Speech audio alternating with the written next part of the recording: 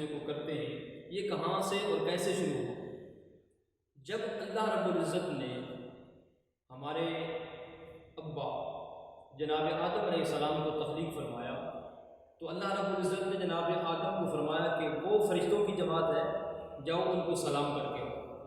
آدم علیہ السلام نے فرشتوں کو کہا السلام علیکم، اور فرشتوں نے جب سلام کا جواب دیا تو آگے سے انہوں نے کہا سلام کا جواب دے کے تو پھر کہا کہ ورحمۃ اللہ، یہ ورحمۃ اللہ کا جو اضافہ ہے یہ فرشتوں نے کیا۔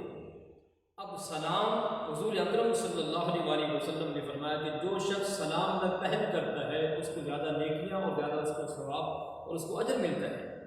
ہمارے ہاں ہم لوگ یہ سوچتے ہیں کہ یہ مجھے سلام کرے، میں بڑا ہوں یہ چھوٹا ہے، یا یہ کمزور ہے میں اس سے جو ہے زیادہ مالدار ہوں، یہ میرا شاگرد ہے میں اس کا استاد ہوں، میں اس کا پیر ہوں یہ مرید ہے،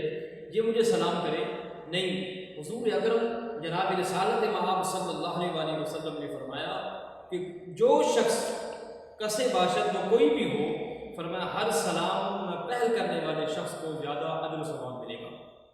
پھر اسی سلام کے حوالے سے فرمایا کہ آج کل لوگ زیادہ رزق کے حوالے سے بھی اپنے مال کی فراوانی نہ ہونے کی وجہ سے بھی لوگ پریشان ہیں، تو اس کے لیے بھی آپ سوال کر لیں کہ جب آپ اپنے گھر میں داخل ہوں، دروازے سے جب اندر داخل ہوں تو گھر میں کوئی ہو یا نہ ہو، اللہ کے فرشتے تو ہر جگہ موجود ہوتے ہیں۔ جب آپ گھر میں داخل ہوں تو السلام علیکم ورحمۃ اللہ وبرکاتہ کہنے کے بعد آپ اول آخر درود پاک حضور علیہ السلام کی ذات بابرکات پہ پڑھ کے 3 مرتبہ سورہ اخلاص کی تلاوت کریں، انشاءاللہ العزیز آپ کے رزق میں اضافہ بھی ہو جائے گا، اور اضافے کے ساتھ اللہ تبارک و تعالیٰ اور اس کے پیارے حبیب کا ذکر کرنے کی وجہ سے آپ کے رزق میں برکت بھی ہو جائے گی۔